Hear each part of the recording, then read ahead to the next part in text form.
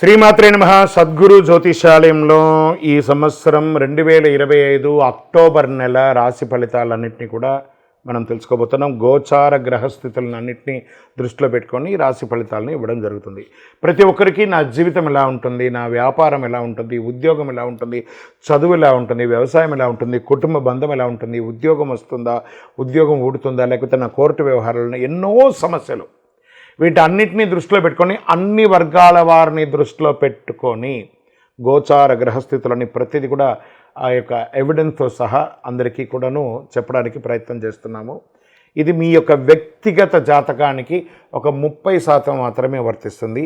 మీ యొక్క వ్యక్తిగత పర్సనల్ జాతకం ద్వారా మాత్రమే సంపూర్ణ జాతకాన్ని తెలపడం జరుగుతుంది. మళ్ళీ ఇంకొకటి చెప్తున్నాను, ఈ యొక్క జాతకం అనేది పడుతున్న వర్షానికి ఒక గొడుగు మాత్రమే కానీ జాతకం జీవితం కాదు. మీరు మిమ్మల్ని నమ్మండి, మీ ఇష్టదేవాన్ని ప్రార్థన చేయండి, జీవితంలో ఎన్నో అనుభూతిని పొందండి. దసరా శుభాకాంక్షలు మరియు దీపావళి శుభాకాంక్షలతో కార్యక్రమం మనం మొదలు పెడుతున్నాం. జ్యోతిషాస్త్రరీత్యా ద్వాదశ రాశుల్లో 8వ రాశి అయినటువంటి వృశ్చిక రాశి మిత్రులారా, మీరు విశాఖ నక్షత్రం 4వ పాదం, అనురాధ నక్షత్రం 1, 2, 3, 4 పాదములు, జ్యేష్ఠ నక్షత్రం 1, 2, 3, 4 పాదాలు జన్మించిన మీరు వృశ్చిక రాశి వారిగా పరిగణించబడుతున్నారు. ఈ నెల మీకు శుభాశుభ ఫలితాలు ఎలా అంటే, వృశ్చికం అంటే స్కార్పియన్, ఎప్పుడు కాటు వేస్తూ ఉంటుంది కదా. ఈ కాటు వేస్తున్నటువంటి వారు మీరు బాగుంటారా బాగుండరా? నాకు ఎప్పుడు బాగున్నట్టే ఉంటుంది, బాగాలేనట్టే ఉంటుంది. ఎలా గురువుగారు మీరేమో చాలా బాగుంటుంది అంటారు, ఒకసారి బాగుండదు అంటారు. ఏది కరెక్ట్ అని అనుకుంటే కొంచెం జాగ్రత్తగా ఉంటే చాలు. గురు భగవాను యొక్క శక్తి కాస్త తగ్గింది. శనీశ్వరుడు మీకు అద్భుతంగా ఉన్నాడు. ఇప్పుడు పైన చెప్పాం కదా, గోచార ఏ గ్రహాలు ఏ స్థానంలో ఉన్నాయో చెప్పాం కదా. అన్ని రకాలుగా ఉన్న వాళ్ళకి కూడా కాస్త దక్షిణామూర్తి ప్రార్థన చేయండి, గురు భగవాన్ని ప్రార్థన చేయండి. గురవే సర్వలోకానాం బిసజే భవరోగినాం నిధయే సర్వ విద్యానాం దక్షిణామూర్తే నమః అని చెప్పి ప్రార్థన చేసుకుంటూ ఉండండి. ఫస్ట్ ఉద్యోగులుగా తీసుకుంటే ఉద్యోగస్తులకి ఈ నెల ఒత్తిడి ఎక్కువ ఉంటుంది, స్ట్రెస్ ఎక్కువ ఉంటుంది. రహస్యమైనటువంటి వ్యతిరేకులు రావచ్చు, జాగ్రత్తగా వ్యవహరించండి. ఇదేంటంటే గురుగారు ఇలా ఉందంటే కొంచెం జాగ్రత్త పడాలి. పనిలో కాస్త ఫలితాలు పొందుతాయి. అసాంఘికమైనటువంటి కార్యక్రమాలకి వృశ్చిక రాశి వారు వెళ్ళకండి, జాగ్రత్త. కొత్త ఒప్పందాలు ఏది చేయకండి. బిజినెస్లో ఉన్నది ఎలా ఉందో దాన్ని అలాగే కంటిన్యూ చేయండి. కొత్తగా ప్లాన్ చేసుకోండి, నష్టపోకండి, చేయకాల్చుకోకండి. భాగస్వామ్యంలో అపార్థాలు రావచ్చు, లాభం ఆలస్యంగా వస్తుంది కానీ స్థిరంగా ఉంటుందని కూడా చెప్పచ్చు. వృశ్చిక రాశి వారికి ప్రణాళిక ప్రకారం పనులు చేసుకోవడం మంచిది. సమాజంలో గొప్ప వాళ్ళ పరిచయం, పెద్దవాళ్ళ యొక్క పరిచయాలన్నీ కూడా పెరుగుతుంది. దానివల్ల కొంచెం లబ్ధి పొందే అవకాశాలు ఉన్నాయి. శ్రమ పెరుగుతుంది, ఫలితం తక్కువ ఉంటుంది, జాగ్రత్త. కుటుంబ సభ్యుల మధ్య వాగ్వివాదాలు పెరిగే అవకాశం, అన్నదమ్ములు, అక్క చెల్లెలు, తల్లిదండ్రుల దగ్గర కొంచెం వాగ్వివాదాలు పెరుగుతున్నాయి. ఎందుకంటే పండగలు అందరూ కలుస్తూ ఉంటారు కదా, ఏదో రకమైనటువంటి ఈగో, ఆ ఈగోలో తీసేసేయండి. అద్భుతంగా ఉండండి, ఆ ఈగోని తీసేసేయండి, అద్భుతంగా ఉంటారు. కాస్త పెద్దవాళ్ళకైతే నమస్కారం చేయండి, చిన్న వాళ్ళనైతే ఆట విడుపుగా వదిలేసేయండి, ఇబ్బంది పడకండి. మహిళలు ఈ నెల అంతా కూడా జాగ్రత్తగా ఉండవలసినటువంటి సమయం. ఉద్యోగం చేసే మహిళలకి చాలా స్ట్రెస్ ఉంటుంది. ఎంటర్ప్రైనర్గా ఉన్న మహిళలకి కూడా చాలా కొంచెం ఇదేంటి నేను ప్రారంభించాను మార్కెట్లో నాకు ఇలా వెల్కమ్ రాలేదని మీరు అధైర్యపడక్కర్లేదు. వెయిట్ చేయండి, మంచి రోజులు రాబోతున్నాయి. పెద్దలు కుదిర్చినటువంటి సంబంధాలతో మీ ప్రేమ వివాహాన్ని కూడా అలా పెద్దలతో ఒప్పించి పెళ్లి చేసుకోవడానికి ప్రయత్నం చేయండి. కార్తీక మాసంలో వివాహాలు అయ్యే అవకాశాలు ఉన్నాయి. కొత్త ఉద్యోగం కోసం ప్రయత్నం చేసే వాళ్ళకి మరికొంతకాలం వేచి ఉండక తప్పదు. ప్రభుత్వ రంగంలో రాజకీయ నాయకులకి బాగా స్ట్రెస్ పెరుగుతుందని కూడా చెప్పడం జరుగుతుంది. బాగా గుర్తుపెట్టుకోండి, ప్రజాక్షేత్రంలో పోయేటప్పుడు నోరు అదుపులో ఉండాలి. మీ యొక్క అహంకారాన్ని పక్కన పెట్టాలి. వృశ్చిక రాశికి కొంత మోతాదులోనే ఉంటుంది ఆ యొక్క అహంకారం కానీ కోపం కానీ, వాటిని కాస్త కంట్రోల్ చేయాలి. ప్రజాక్షేత్రంలోకి వెళ్ళినప్పుడు దృష్టిలో పెట్టుకోండి, జాగ్రత్త. షేర్ మార్కెట్ మిశ్రమ ఫలితాన్ని ఇస్తుంది. రియల్ ఎస్టేట్, ఆస్తిపాస్తుల కొనుగోలులో డాక్యుమెంటేషన్ జాగ్రత్త పడండి, లేదా ఇంకో 1-2 నెలలు పోస్ట్పోన్ చేయడానికే ప్రయత్నం చేయండి. విద్యార్థులారా, బాగా శ్రమపడి చదవవలసినటువంటి సమయం ఆసన్నమైంది. విదేశాల్లో చదువుతున్న విద్యార్థులకి నేను హెచ్ఎంబి రాలేదు, నాకు ఇంకోటి ఉంది, నాకు అది ఉంది, స్ట్రెస్లో ఉన్నారు కదా, కాస్త స్ట్రెస్ పడకండి. ఉన్నాయి టెన్షన్స్ ఉన్నాయి కాస్త వెయిట్ చేయండి, మంచి రోజులు రాబోతున్నాయి. జనవరి తర్వాత చాలా బాగా ఉండబోతున్నారు. ఇప్పుడు కొంచెం తప్పదు. వ్యాపారస్తులకే మళ్ళీ చెప్తున్నాను, ఇది ఒక వార్నింగ్ బెల్ అనుకోండి, ఈ నెల జాగ్రత్త. తర్వాత రైతులకి అద్భుతంగా ఉందని కూడా చెప్పచ్చు. వర్షాలపై ఆధారపడి లాభాలు పొందే అవకాశాలు బాగా ఉన్నాయి.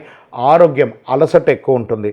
రక్తపోటు, నిద్రలేని సమస్యలు చాలా ఉంటాయి. జాగ్రత్త. తలనొప్పి ఎక్కువ ఉంటుంది. అన్ని రకాలుగా ఓవరాల్ ఇప్పుడు మనకు స్కూటర్, ఒక కారు ఎలా మనం సర్వీస్ ఇస్తామో అలాగే మీరు కూడా మీ బాడీని ఒకసారి జనరల్ చెకప్ చేసుకొని జనరల్ ఫిజిషియన్ దగ్గర అప్రోచ్ అయ్యి ప్రత్యేకించి ఏమేమి జాగ్రత్తలు తీసుకోవాలి. వృశ్చిక రాశికి ఓవరాల్ ఈ నెల 30 మరియు 70% ఉంది. 30% బాగుంది, 70% కొంచెం మిశ్రమంగా ఉంది. చాలా జాగ్రత్త. కోర్టు వ్యవహారాలు జాగ్రత్త. మళ్ళీ చెప్తున్నాను, ఒక్కొక్కసారి మీకు అపజయం కూడా అయ్యే అవకాశాలు ఉన్నాయి. కొంచెం జాగ్రత్త పడండి. వృశ్చిక రాశి వారికి వార్నింగ్ బెల్ మంత్, జాగ్రత్త. చంద్రాష్టమం 19 అక్టోబర్ మధ్యాహ్నం 12:40 నుండి 21 అక్టోబర్ సాయంత్రం 5:55 వరకు చంద్రాష్టమం ఉంటుంది. ఓవరాల్ మంత్లో ఈ 2.5 రోజులు ఇంకా జాగ్రత్తగా ఉండవలసినటువంటి సమయం. జాగ్రత్త.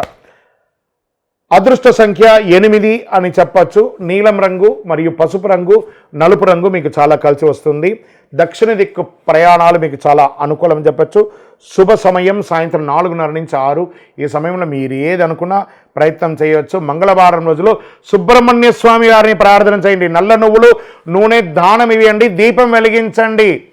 బృహస్పతికి ప్రార్థన చేయండి, గురు భగవానుని ప్రార్థన చేయండి, దత్తాత్రేయుని ప్రార్థన చేయండి, దక్షిణామూర్తిని ప్రార్థన చేయండి, గురు చరిత్ర పారాయణం చేయండి, ఏదైనా దీక్షలు పొందండి, అయ్యప్ప స్వామి వారిని ప్రార్థన చేయండి. చాలా అద్భుతమైనటువంటి ఫలితాలు పొందుతారు.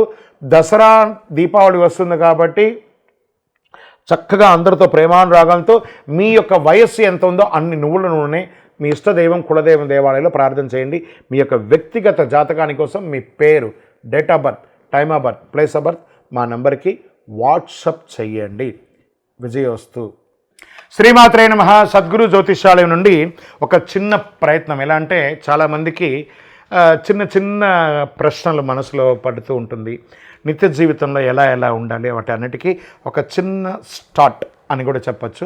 దానికి కొన్ని ప్రశ్నలు ఉన్నాయి. ప్రశ్న: గురుగారు, నిద్ర లేవగానే ఏం చూడాలి? నిద్ర లేవగానే ఏం చూడాలి? చక్కగా అరిచేతిని ఇలా పెట్టేసుకొని రాకి గట్టిగా ఇలా అనడంతో కొంచెం నరాలన్నీ యాక్టివేట్ అవుతున్నాయి. చేతిని చూడండి, కరాగ్డే వస్తే లక్ష్మిని చెప్పుకోండి, మంత్రం చూడండి, అద్దాన్ని చూడండి, మీ శ్రీమతిని చూడండి, మీ పిల్లల్ని చూడండి. ఏది చూసినా మంచిదే. చూడకుండా అయితే ఉండలేం కదా. ఏది చూడలేదు, మన ఎదురుకుండా గోడ కనబడుతుంది. ఆ గోడను చూసేపడిని ఇవన్నీ కూడా చూడండి కదా.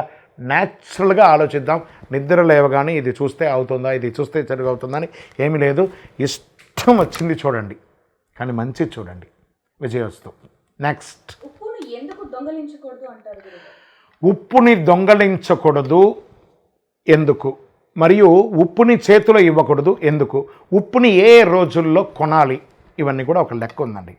ఉప్పుని దొంగలించడం అంటే దరిద్రాన్ని దొంగలించినట్టే. సామాన్యంగా చాలా చీపెస్ట్ ఐటమ్ ఏదైనా ఉందంటే లైఫ్లో అది ఉప్పే. ఎవరు దొంగలించేది చాలా తక్కువ శాతం అని చెప్పచ్చు. ఉప్పుని చేతిలో ఇవ్వకూడదట. ఆ బంధం అనేది తెగిపోతుందట. ఉప్పులాగా అబ్బా నోరంతా కష్టమైపోయిందే అని చెప్పి ఆ ఫీలింగ్ ఉంటుంది చూసారు. ఉప్పుని చేతికి ఇవ్వకూడదు. శుక్రవారం ఉప్పును కొనండి. అమావాస్య రోజు ఉప్పును కొనండి. ఉప్పు ఒక మంచి పిడికెడు ఉప్పు తీసుకొని దేవుడి ఇంట్లో అలా కింద పెట్టి ఉత్తర దిక్కులో ఒక దీపం వెలిగించి చూడండి. దరిద్రం అనేది పోతుంది. విజయోస్తు. నెక్స్ట్. గురుగారు, అదృష్టం పట్టే ముందు కనిపించే సంకేతాలు? అదృష్టం పట్టే ముందు నాకు కనిపించే సంకేతాలు ఏమైనా అంటే ప్రాతకాలంలో నిద్ర లేవాలని ఒక భావన వస్తుంది. ఫస్ట్ మనం దానికి చాలా దూరం అయిపోయాం కదా. ఈ ఫోన్ ద్వారా ఎప్పుడు పడుకుంటామో ఎప్పుడు లేస్తామో తెలీదు. ఫస్ట్ సంకేతం ఏంటంటే ప్రాతకాలం సూర్యోదయాత్ పూర్వం నిద్ర లేవడం. తర్వాత మనకు బయటికి వెళ్తూ ఉండగా ఆవు ఎదురుగుండా రావడం, లేదా ఒక మంచి మెసేజ్ ఒకటి రావడం, లేదా మన ప్రియమైనటువంటి వాళ్ళు మనకు ఫోన్ చేయడం, వ్యక్తిగతంగా ఫోన్ చేయడం, ఇలాంటివి మంచి జరుగుతుంది. దైవ గురువుల్ని చూడడము, ఏదైనా ఒక క్షేత్రం చూడడము, మనకు తెలియకుండానే స్పాంటనైజ్గా ఇది జరిగిపోతుంది, యాక్సిడెంటల్గా జరుగుతుంది. ఇదే అదృష్టానికి సంకేతం. Get ready. ఇవన్నీ కావాలంటే ఏం చేయాలి? ప్రాతకాలంలో నిద్ర లేవండి. అన్నీ అదృష్టమే. ఎందుకంటే మీ యొక్క నిత్య జీవితంలో ఓ 4-5 గంటలు కలిసి వస్తే మీ వృత్తిని పెంచుకుంటూ మీ పోతే అదే అదృష్టం కదా, మీ బ్యాంక్ బ్యాలెన్స్ పెరిగిపోతుంది కదా. మనం 9ంటికో 10ంటికో నిద్ర లేచిన తర్వాత చేసే ఏ పనైనా మళ్ళీ 5-6 గంటలు వెనకబడిపోతుంది కదా.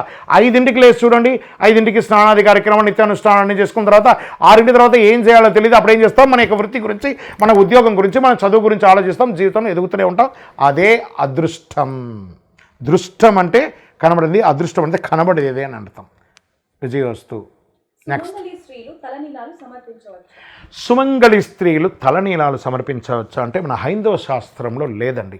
ఈవెన్ పురుషులు కూడా సంపూర్ణమైనటువంటి తలనీలాలు వదకూడదు. ఇక్కడ చూడండి, ఇప్పుడు మేము పురుషులు శిఖ ఎలా పెట్టుకున్నామో స్త్రీలకు కూడా శిఖ ఉంటుంది.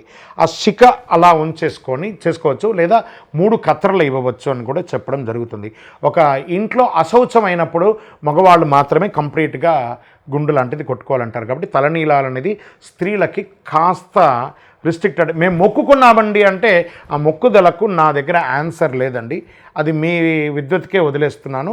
ఈ సుమంగళి స్త్రీలు ఎవరైనా కూడా, సుమంగళి స్త్రీలే కాదు, ఏ స్త్రీలైనా 3 కత్తెరలు ఇచ్చుకోండి, మంచిది కదా. విజయోస్తు. గురుగారు, పక్కింటి కంటే మన ఇల్లు ఎత్తులో ఉంటే ఏమవుతుంది? పక్కింటి కంటే మన ఇల్లు ఎత్తుగా ఉంటే ఏమవుతుంది, చిన్నగా ఉంటే ఏముంటుందంటే గవర్నమెంట్ ఇచ్చిన పర్మిషన్ ముందు వెనక వాళ్ళు కట్టుకుంటారు. ఒకళ్ళు 20 ఏళ్ళ క్రితం కట్టుకుంటారు, ఒకళ్ళు ఇప్పుడే కట్టుకుంటారు, ఒకళ్ళు మన మధ్యస్థంగా కట్టుకుంటారు. దానికి సంబంధం లేదు, మీ బౌండరీ మాత్రమే మీకు లెక్క. అందులో ఈశాన్యం ఎలా ఉంది, తూర్పు ఎలా ఉంది, ఆగ్నేయం ఎలా ఉంది, దక్షిణం ఎలా ఉంది, నైరుతి ఎలా ఉంది, పడమర ఎలా ఉంది, వాయువ్యం ఎలా ఉంది, కుబేర స్థానం ఎలా ఉంది, ఇవి చూసుకోండి చాలు. కానీ పక్కిళ్ళు యువతల ఇల్లు మీకు సంబంధం లేదు. వాస్తు పురుషుడు ఒక గ్రామంలో, ఒక ఊరిలో 500 ఇల్లు దాటిందంటే వాస్తు పని చెయ్యదు. వాస్తు ఉండాలి. ఉన్న ఇంట్లో చిన్న చిన్న సర్దుబాట్లు చేసుకోండి, కానీ పక్కింటిని, ఇటుపక్క ఇంటిని, ఎదురింటిని, వెనకింటిని చూడకండి. మీ ఇల్లు కరెక్ట్గా ఉందా చూడండి, అద్భుతంగా ఉంటుంది. విజయోస్తు. గురుగారు, ఇంట్లో ఎటువంటి మొక్కలు పెంచితే ఐశ్వర్యాన్ని ఇస్తాయి? ఐశ్వర్యం ఇచ్చే ప్లాంట్స్ ఈరోజు పిచ్చి మొక్కలు కూడా పెంచేస్తున్నారు. ఏవేవో టీవీలో చెప్పేస్తారు, అన్నీ పెట్టేస్తారు. తులసి పెట్టండి, కృష్ణ తులసి పెట్టండి, రామ తులసి పెట్టండి, చక్కగా తులసి మొక్కల్ని చక్కగా. కలబంద మొక్కను పెట్టండి, చాలామంది పెట్టట్లేదు. కలబంద మొక్కను పెట్టి చూడండి, మీ యొక్క ఎలా ఉంటుందో నెగిటివ్స్ అంతా కూడా చాలా. బిల్వాన్ని పెట్టండి, ఏమంటే బిల్లు మహావృక్షం కదండి, అది పెరిగేంతవరకు పెట్టండి. అదృష్టం ఉంటేనే బిల్వ చెట్టు మన ఇంట్లో పెరుగుతుందండి, ఇది బాగా గుర్తుపెట్టుకోవాలి. కొన్ని రోజుల తర్వాత బిల్వ మొక్క వాడిపోతుంది. అలా కాకుండా అదృష్టం ఉంటే ఆ ఇంట్లో పెరుగుతుంది. బాగా పెద్దగా అయిన తర్వాత ఏదో ఒక దేవాలయంలో పోయి దాన్ని పెట్టండి, తర్వాత మళ్ళీ ఒక కొత్త పెట్టండి. ఇలాంటిది పెట్టడం వల్ల ఐశ్వర్యంగా ఉంటారు. చిన్న చిన్న టబ్ ఉంటుంది కదా, వాటిలో కొత్తిమీరలు, మెంతకూరలు ఇలాంటివి పెట్టి వంటింట్లో వాళ్ళు కూడా మీకు మీరే చేయండి. ఈరోజు రేపట్లో చాలామంది ఆర్గానిక్గా పంటలు పండిస్తున్నారు కదా. ముఖ్యమైనటువంటి చెట్లు అంటే తులసి, మారేడు, బిల్వం మరియు కలబంద, ఇది పెట్టండి, చాలా బాగుంటారు. విజయోస్తు.